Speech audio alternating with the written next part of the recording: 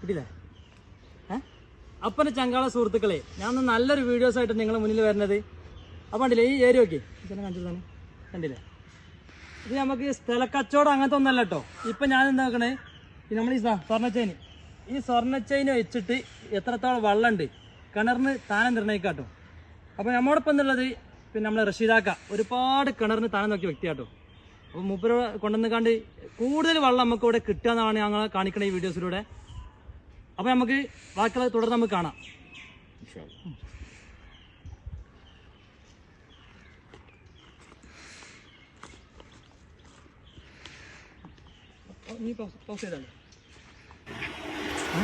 അപ്പം സുഹൃത്തുക്കളെ, നമ്മൾ ഈ ചെയിന് കൈ പിടിച്ചിങ്ങനെ നടക്കൂട്ടോ. മൂപ്പരിങ്ങനെ നടന്നിട്ട് പിന്നെ ആ ഒരുപാട് ഏരിയ ഉണ്ട്, എത്ര സെന്റ് അറിയില്ല. ആ സെന്റ് മൊത്തം നടന്നിട്ട് ഇതാ വള്ളമുള്ള സ്ഥലത്ത് നിന്നോ ഇത് കറങ്ങണത്.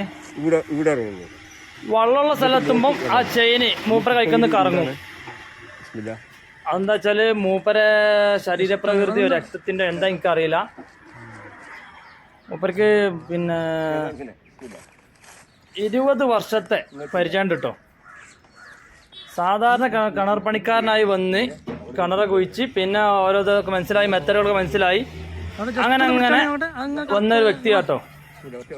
അപ്പം ഇതുവരെ ആയിട്ട് 600ഓളം കിണറുകൾ അദ്ദേഹം കുഴിച്ചിട്ടുണ്ട്.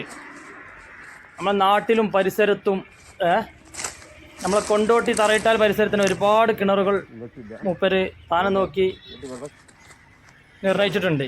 അപ്പോൾ വെള്ളമുള്ള സ്ഥലത്ത് നിന്ന് ഇതിങ്ങനെ കറങ്ങിക്കൊണ്ടിരിക്കും. കണ്ടില്ലേ? അത് നിങ്ങൾക്ക് തോന്നും മൂപ്പര് കറക്കാന്നൊക്കെ തോന്നുന്നു, പക്ഷെ അതല്ല. മൂപ്പര് കാര്യമായിട്ട് കിണറിന് താനം നോക്കാൻ വേണ്ടി നമ്മൾ വന്നാണ്. 10-20 കൊല്ലത്തെ സർവീസാണ്. കറക്റ്റ് ഇങ്ങനെ ഒന്ന് പിടിച്ചാൽ മതി.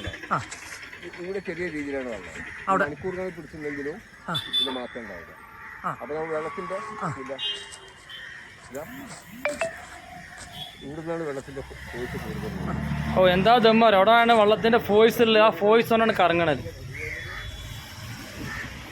ആ ഏരിയയിലൊന്നും ഇല്ല കേട്ടോ. പാറ എന്താ പറയാ, നമുക്ക് പാറകൾ പണിയെടുക്കാൻ ആവശ്യമില്ല. ആ ഏരിയ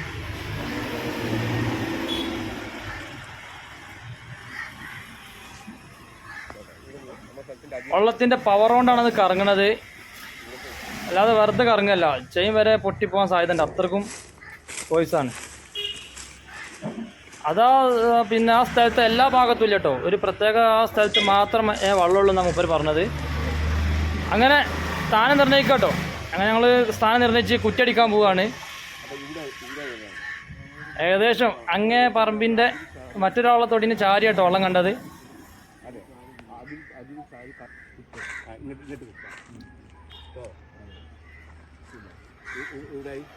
അങ്ങനെ ബിസ്മില്ല ഞങ്ങൾ കുറ്റിയടിക്കുകയാണ്. ഈ സ്ഥലമാണ് ഞങ്ങൾ കണ്ടെത്തിയത്.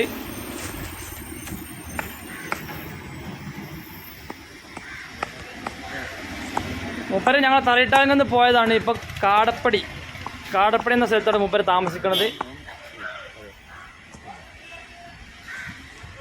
അപ്പം ഇങ്ങൾക്കൊക്കെ ഈ കിണറിൻ്റെ താനം നിർണ്ണയിക്കാൻ വെള്ളം കിട്ടോ.